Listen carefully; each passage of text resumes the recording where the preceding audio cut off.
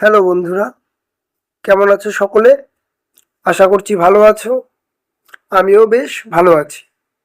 আজ আমরা উপস্থিত হয়েছি প্রথম শ্রেণীর তৃতীয় নমুনা প্রশ্নপত্র নিয়ে, যেটা তোমাদের তৃতীয় ইউনিট টেস্ট অথবা তৃতীয় পর্যায়ক্রমিক মূল্যায়ন পত্রে আসতে চলেছে।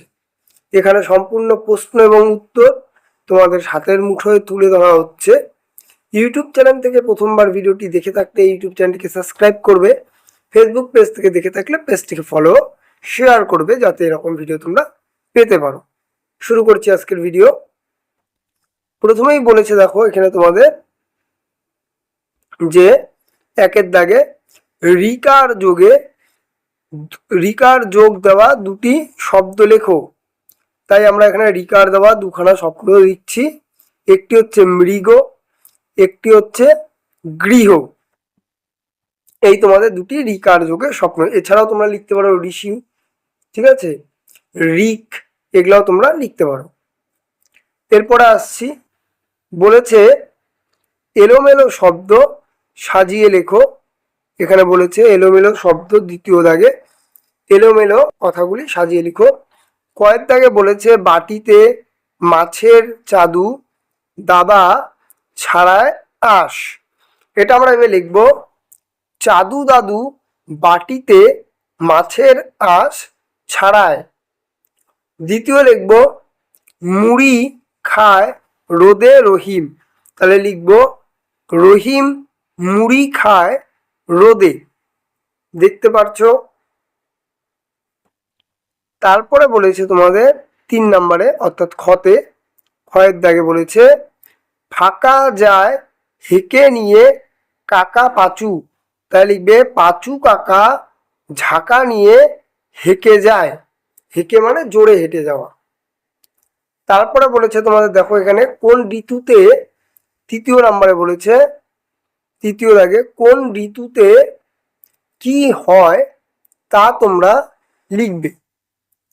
ঠিক চিহ্ন বসিয়ে লিখবে। এই পাশে দেখো ক খ গ ঘ করে সিরিয়াল নাম্বার দিয়েছে। তোমাদের এখানে সিরিয়াল নাম্বার তুলে দিয়েছে। কতে রয়েছে গরম, খতে রয়েছে শীত, গতে রয়েছে বর্ষা, ঘতে রয়েছে শরৎ। এখানে আমি সাজিয়ে দিয়েছি কোন কোন নাম্বার। যেমন গরমকালে হবে, কতে লিখবে বিকেলে ঝড় এবং চাপা ফুল। খতে বলেছে শীতকাল, লিখবে গাঁদা ফুল, ডালিয়া, কমলা লেবু। বর্ষা বলেছে গ লিখবে ধান বোয়া, পথ পিচ্ছল। ঘ বলেছে শরৎ, লিখবে নীল আকাশ, সাদা মেঘ। এই সম্পূর্ণ হলো। দেখে নাও একবার উত্তরটি।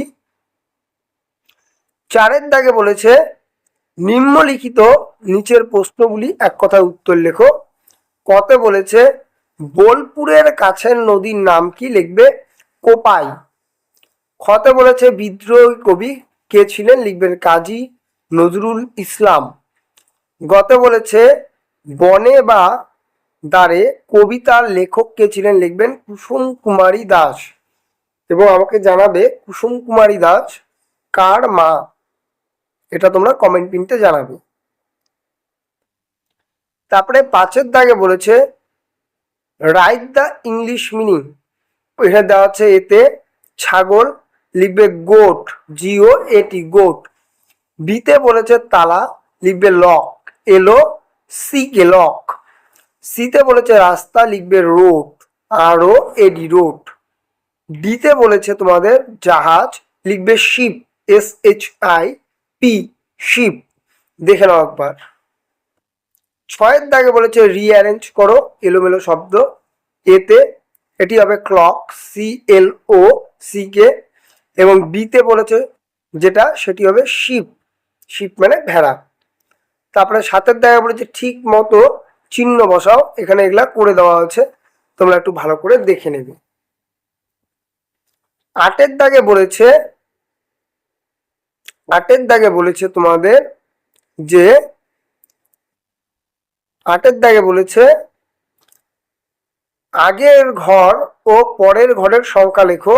ক নাম্বার, এখানে ক নাম্বার দেওয়া রয়েছে তোমাদের। দেখো ক নাম্বার বলেছে 6 6 66, তার আগের সংখ্যা লিখবে 6 5 65। হতে বলেছে 7 4 74, পরের সংখ্যাটা ভুল হয়েছে, এটা হবে 75, 7 5 75 এটা হবে।